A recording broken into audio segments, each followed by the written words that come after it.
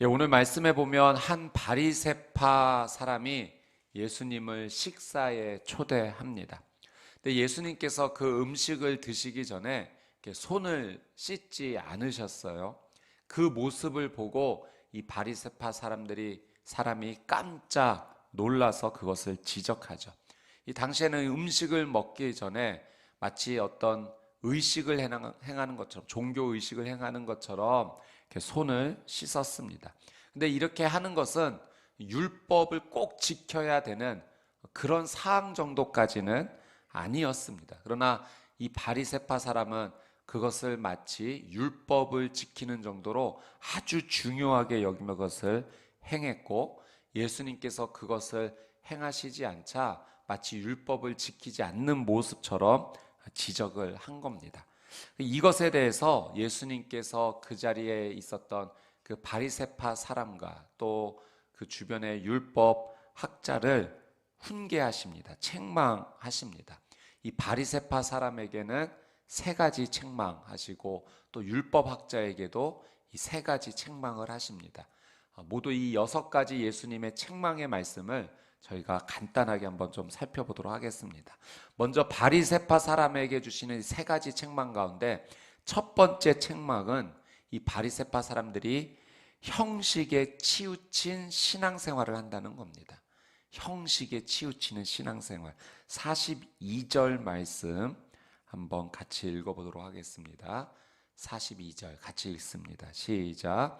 너희 바리새파 사람들에게 화가 있을 것이다. 너희는 박하와 운양과 온갖 채소들의 11조를 하나님께 바치면서 정작 공의와 하나님의 사랑은 무시해 버리는구나. 그런 것들도 행해야 하지만 이런 것들도 소홀히 해서는 안 된다. 자, 바리새파 사람들이 하나님께 11조를 드리는데 아주 세세한 것까지도 정확하게 하나님께 이렇게 11조를 하려고 하는 모습이 있었습니다. 예수님께서 그것을 말씀하실 때 너희는 박하, 향기가 좋은 식물이라고 합니다. 또 운향, 이것도 식물이고 채소, 그러니까 이 채소의 그런 부분까지도 다 구별해서 하나님께 11조를 한다. 아주 세세하게 율법을 지키려고 노력한다. 그런데 정작 그 율법의 정신인 하나님의 공의, 하나님의 사랑은 하나도 행하지 않는다. 겉으로 보이는 형식에만 치우치고 정작 하나님께서 원하시는 사랑의 삶은 아무것도 행하지 않는구나. 너무나 형식에 치우친 모습이다 라고 예수님께서 책망을 하시죠. 여러분, 이 예수님의 책망의 말씀 앞에 우리도 한번 우리의 삶을 돌아보면서 한번 질문해 봐야 됩니다. 저도 한번 말씀을 준비하면서 질문해 봤어요. 신앙생활 하면서 내가 정말 하나님의 사랑을 실천하고 있는가? 나는 하나님의 말씀에 따라 정직하게 행동하는가? 말씀을 묵상하고 그 말씀 붙잡고 기도하면서 그 말씀이 나의 삶으로 나타내지고 있는가? 여러분, 우리는 우리에게 이 질문을 꼭 해야 됩니다. 여러분, 우리가 신앙생활의 형식도 중요하지만 더 중요한 하나님의 공의와 사랑을 살아내는 삶, 오늘 이 하루가 그런 하루가 되시기를 축복합니다. 두 번째 예수님의 책망, 바리새파 사람을 향한 책망은 그들의 교만을 책망하셨어요. 교만하다고 하셨어요. 43절 말씀 같이 한번 읽어보도록 하겠습니다. 43절 말씀 같이 읽습니다. 시작. 너희 바리새파 사람들에게 화가 있을 것이다. 너희는 회당에서 높은 자리에 앉기 좋아하고 시장에서 인사받기 좋아하는구나. 예수님께서 이 바리새파 사람들이 이 높은 자리에 앉기를 좋아하고 인사받는 것을 좋아한다 하십니다. 이 바리새파 사람들의 모습에 두 가지 교만이 있음을 봅니다. 첫 번째는 이 바리새파 사람들이 자신들이 어떤 이 종교적 행위를 하면서 그 다른 사람들은 무시했다라고 하는 사실이죠. 업신여겼다라는 사실입니다. 높은 자리에 앉기를 원했다는 것은 자기는 그런 존경을 받을 만한 위치고 다른 사람은 그렇지 않다라는 사실을 마음속으로도 생각했고 겉으로도 표현한 겁니다. 나는 존중받아야 마땅하고 다른 사람들은 무시받아도 괜찮다라는 것이 깔려져 있는 거죠. 또 두 번째 교만의 의미는 하나님께서 받으셔야 될 영광을 그들이 중간에서 다 대신 가로채서 받은 겁니다. 하나님께 드려야 될 영광을 중간에서 받으면서 인사받기를 좋아하고 그 영광을 가로챈 것이죠. 하나님께 드리는 사랑과 존경, 백성들이 드리는 그 모든 것을 가로챈 것입니다. 여러분, 우리에게도 이런 교만이 있지 않는지 오늘 예수님 말씀을 통해서 돌아봐야 됩니다. 혹시 내 마음 가운데 어느 부분에 우월 의식을 갖고 있어서 다른 사람에 대해서 내가 마음속으로도 무시하고 있는 부분은 없지 않는가 돌아봐야 됩니다. 또 하나님께서 우리의 삶 가운데 주신 많은 은혜가 있는데 그것은 분명히 하나님께서 행하신 일인데 그 하나님 주신 은혜의 영광과 찬양을 내가 중간에서 막고 내가 다 받고 있지는 않는지 돌아봐야 됩니다. 이 교만의 죄를 경계하고 하나님께서 원하시는 겸손의 삶으로 나가는 오늘 이 하루가 되시기를 축복합니다. 자, 세 번째 책망입니다. 예수님께서 바리새파 사람들에게 다른 사람에게 너희들이 나쁜 영향력을 주고 있다라고 책망하십니다. 44절 말씀 같이 한번 읽어보도록 하겠습니다. 시작. 너희에게 화가 있을 것이다. 너희는 드러나지 않는 무덤 같아서 사람들이 밟고 다니나 무덤인 줄 모른다. 그러니까 예수님이 이런 표현을 하세요. 너희는 드러나지 않는 무덤 같다. 여러분, 드러나지 않는 무덤이니 사람이 무덤인 줄 모르고 사람들이 이렇게 다니게 되는 거죠. 당시 율법에서는 이 무덤을 만지면 일주일 동안 부정해진다라는 율법이 있었습니다. 여러분, 사람들이 이 무덤을 만지려 할까요? 만지지 않으려 하겠죠. 율법에서 말씀을 하셨으니까. 그런데 드러나지 않는 무덤이니까 무덤인지 모르고 다니는 거예요. 그럼 어떻게 되는 겁니까? 자기도 모르게 부정해지는 삶이 되는 겁니다. 예수님께서 바리새파 사람들을 향해서 너희가 드러나지 않는 무덤 같아서 사람들이 그렇게 부정해지도록 너희들이 나쁜 영향력을 끼치고 있다라고 말씀을 하세요.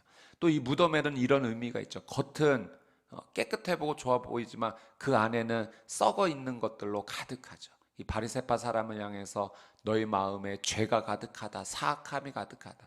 그래서 스스로도 그 죄를 품고 있고 다른 사람에게도 나쁜 영향력을 주는 그런 삶을 살고 있다라고 책망하십니다.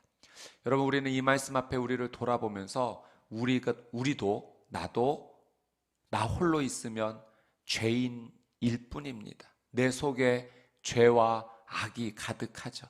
그래서 우리는 홀로 걸어가는 삶이 되지 말아야 되고 예수 그리스도를 의지하며 걸어가는 삶이 되어야 돼요. 예수님과 함께하는 삶이 되어야 돼요. 예수님의 십자가 보혈을 날마다 의지하며 살아가는 삶이 되어야 됩니다. 여러분, 나 혼자 걸어가면 우리도 무덤 같은 인생이어서 나도 나 스스로도 구원하지 못하지만 다른 사람에게도 죄의 영향력을 줄 수밖에 없는 존재입니다. 그러나 내 안에 예수 그리스도를 내가 붙잡고 그분이 내 인생에 앞서 걸어가 주신다면 나쁜 영향력을 주는 인생이 아닌 예수 그리스도를 통해 선한 영향력이 흘러나오게 될 줄 믿습니다. 예수 그리스도를 앞세우고 걸어가시는 오늘 이 믿음의 하루 되시기를 주님의 이름으로 축복합니다. 자, 예수님께서 이제 율법학자에게도 또 세 가지 책망을 하세요. 율법학자가 이렇게 하시면 저희도 모욕하는 겁니다 하면서 나왔을 때 너희도 이러한 죄가 있다. 세 가지 책망을 하시는데 첫 번째 율법학자에게 주시는 책망은 다른 사람들에게 율법의 짐을 얻는 죄를 짓고 있다라고 말씀하세요. 46절 말씀 같이 한번 읽어보겠습니다. 시작. 예수께서 대답하셨습니다. 너희 율법학자들에게도 화가 있을 것이다.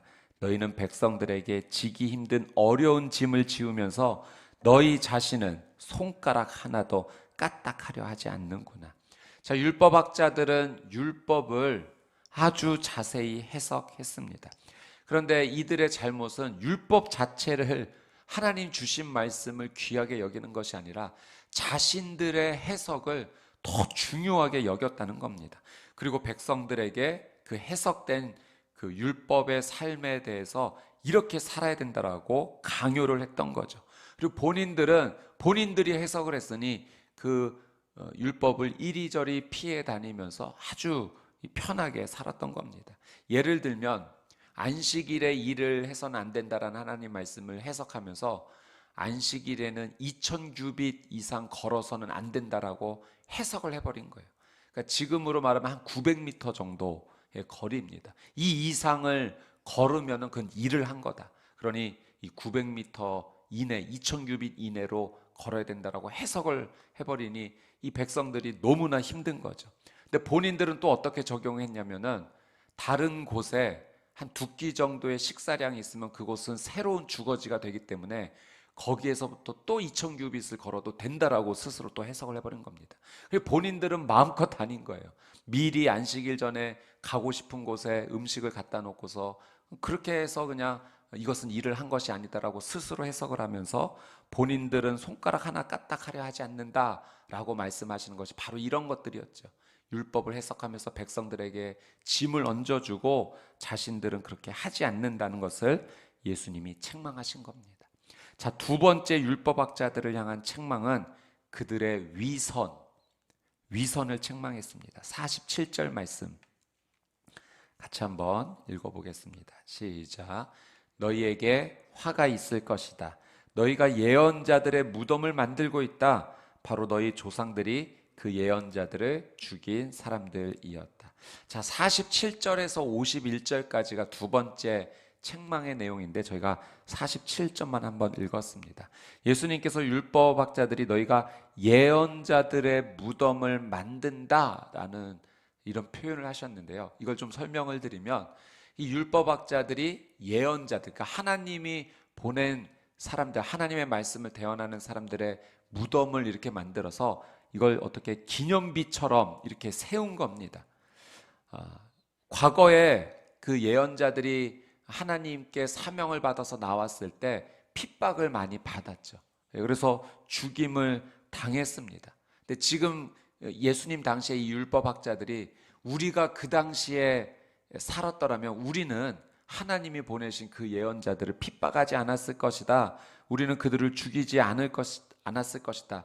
우리는 그 하나님이 보내신 예언자들에게 찬성했을 것이다.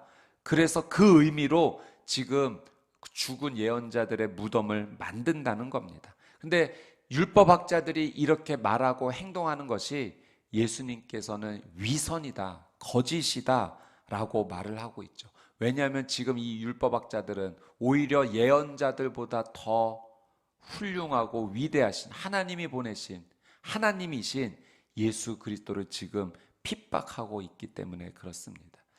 여러분, 우리의 믿음 생활에 혹시 이런 겉과 속이 다른 위선의 모습은 없는지 우리도 한번 살펴봐야 됩니다. 내 생각과 말은 아주 신앙적인 것을 생각하고 말하면서 정작 내 행동은 그 하나님이 말씀하신 그 말씀의 정신을 지키며 살아가고 있는 것. 만약 이것이 말과 행동이 다르다면 그 모습이 하나님께서 슬퍼하실 우리의 삶의 위선의 모습이 될 수 있다는 사실을 오늘 말씀을 통해서 우리는 깨달아야 됩니다. 우리의 믿음이 위선이 아닌 말과 행동에서 하나가 되는 하나님 기뻐하시는 삶을 살아가시게 되기를 주님의 이름으로 축복합니다. 자, 마지막으로 세 번째 책망. 예수님께서 율법학자들에게 너희들은 다른 사람들이 구원받지 못하도록 막고 있다 라고 책망을 하세요. 자, 52절 말씀 같이 한번 읽겠습니다. 시작. 너희 율법학자들에게 화가 있을 것이다. 너희는 지식의 열쇠를 가로채 너희 자신들도 들어가려고 하지 않고 들어가려고 하는 사람들도 막았다. 여기서 표현된 지식의 열쇠, 이것은 하나님을 아는 진리를 말합니다. 이 율법학자들이 성경, 곧 하나님의 말씀을 해석했죠. 하나님 나라를 열어주는 역할, 사명이 이 율법학자들에게 있었습니다. 그런데 하나님 나라를 열어줘야 돼. 하나님의 말씀을 잘 설명해서 백성들로 하여금 하나님 나라를 살아갈 수 있도록 도와줘야 되는데, 오히려 이 율법에 대한 해석을 어렵게 하고 지키기 어렵게 만들어서 백성들로 하여금 하나님 나라를 들어가지 못하도록 막았다는 거예요. 본인들도 들어가지 않으면서 다른 백성들도 말씀을 사랑하고 지키며 살아가는 삶을 어렵게 만들었던 것, 그것을 지금 예수님께서 율법학자들에게 책망하고 있습니다. 여러분, 오늘 우리는 이 말씀을 아주 진지하게 한번 생각해 봐야 됩니다. 나의 삶이 다른 사람으로 하여금 하나님을 만날 수 있는 통로가 되어야 됩니다. 그런데 하나님을 믿지 않는 사람들이 내 모습을 보고 나는 하나님 안 믿는 게 낫겠네 라고 말한다면 그건 너무 슬픈 일일 것 같아요. 우리의 모습을 보고 나도 하나님 믿어볼까? 나도 저렇게 살고 싶은데, 나도 내 삶에 평강이 있었으면 좋겠어. 기쁨을 잃어버리지 않았으면 좋겠어. 도대체 무엇 때문에 저 사람은 저렇게 기쁘고 감사하고 삶의 은혜가 넘치는가? 여러분, 우리의 삶이 장애물이 아니라 복음의 통로가 되기를 주님의 이름으로 축복합니다. 여러분, 그래서 오늘 주시는 이 말씀을 우리가 정말 믿음으로 받아들이면서 우리의 삶을 한번 되돌아보는 말씀의 거울이 되어야 합니다. 자, 마지막으로 53절, 54절 말씀. 저는 이 말씀이 정말 오늘 말씀 가운데 개인적으로 제일 중요하다라고 여겨져요. 53절, 54절 같이 한번 읽어보도록 하겠습니다. 시작. 예수께서 그곳에서 나오실 때 바리새파 사람들과 율법학자들은 예수를 격렬하게 적대시하며 여러 가지 질문으로 몰아붙이기 시작했습니다. 그들은 예수께서 말씀하시는 것에 트집을 잡으려고 애썼습니다. 자, 예수님께서 바리새파 사람과 율법학자에 대해서 세 가지씩 너희들이 이런 잘못을 하고 있다라고 책망을 했을 때 그들이 예수님을 향해서 아주 맹렬하게 격렬하게 달려들었습니다. 그리고 질문을 퍼붓기 시작합니다. 예수님의 말씀에서 트집을 잡아서 예수님을 넘어뜨리려고 예수님을 공격하기 시작한 겁니다. 예수님을 비난하기 위해서 나쁜 마음으로 접근하고 있습니다. 여러분, 이 바리새파 사람과 율법학자가 예수님께서 너희가 이러한 잘못을 하고 있다라는 말씀을 주셨을 때 회개하지 않았어요. 회개하지 않고 오히려 예수님을 공격함으로 나오고 있습니다. 여러분, 예수님께서 너희들에게 화가 있을 것이다 라고 표현한 이 부분은 너희들 잘못될 거다, 너희들 저주받을 거다, 이런 표현보다는 너무나 안타까운 마음으로 탄식을 지르는 표현입니다. 너무 안타깝다. 너희들의 화가 있을 것이다 라는 것은 너무나 안타까운 일이다. 이 말씀은 너희들 잘못됐다라는 것으로만 끝나는 것이 아니라 너희들이 다시 회개하고 돌이키기를 원한다라는 예수님의 그 마음이 담겨져 있는 거죠. 그러니까 잘못됐다라고 규정만 하는 것이 아니라 여기에서 돌이켜야 된다라고, 너희들이 이런 잘못을 하고 있다라고 지금 훈계, 책망하고 있는 겁니다. 여러분, 부모님이 자녀들을 훈계할 때가 있습니다. 왜 훈계하는가? 사랑하기 때문에 그래요. 이 자녀가 올바른 길로 나아가기 위해서 바로잡아주기 위해서 사랑의 마음이 있기 때문에 훈계할 때도 있는 겁니다. 사랑하지 않으면 회초리를 들 필요가 없는 거죠. 예수님께서 화가 있을 것이다 책망하는 것은 그냥 무조건 미워서가 아니라 돌이키기를 원하시는 마음 가운데 주시는 사랑의 말씀인 것입니다. 여러분, 하나님은 우리의 아버지이신 줄 믿습니다. 아버지는 자녀를 훈계하는 거예요. 사랑하기 때문에 올바로 붙잡아주기 위해서 책망할 때도 있고 훈계하는 겁니다. 중요한 건 그 말씀을 들었을 때 회개해야 된다는 사실이에요. 바리새파 사람과 율법학자들이 회개하지 않은 것으로 오늘 본문이 마치게 됩니다. 여러분, 오늘 우리는 하나님께서 주시는 이 말씀을 오늘 이 하루를 살아가면서 한 가지 한 가지 내 삶 가운데 적용해 보면서 내게 주시는 하나님의 음성을 들어야 돼요. 미처 내가 깨닫지 못하고 있었던 그런 모습이 있었구나. 나는 미처 모르고 있었는데 이것이 위선이었구나. 이것이 교만이었구나. 이것이 하나님의 마음을 아프게 했던 것이구나. 내가 하나님 말씀대로 살지 못했구나. 깨닫고 여러분 돌이킨다면 오늘 이 말씀은 우리에게 놀라운 사랑의 메시지가 되는 것입니다. 여러분, 우리의 삶이 꼿꼿하게 뻣뻣하게 그렇게 신앙생활을 하는 삶이 아니라 하나님 앞에 겸손하게 엎드려 죄인입니다 고백하면서 하나님의 은혜와 도우심이 필요합니다. 깨닫게 해주십시오. 회개하게 해주십시오. 돌이키게 해주십시오. 주님 앞에 그렇게 반응하며 나가는 저와 여러분의 삶이 되시기를 주님의 이름으로 축복합니다. 아멘.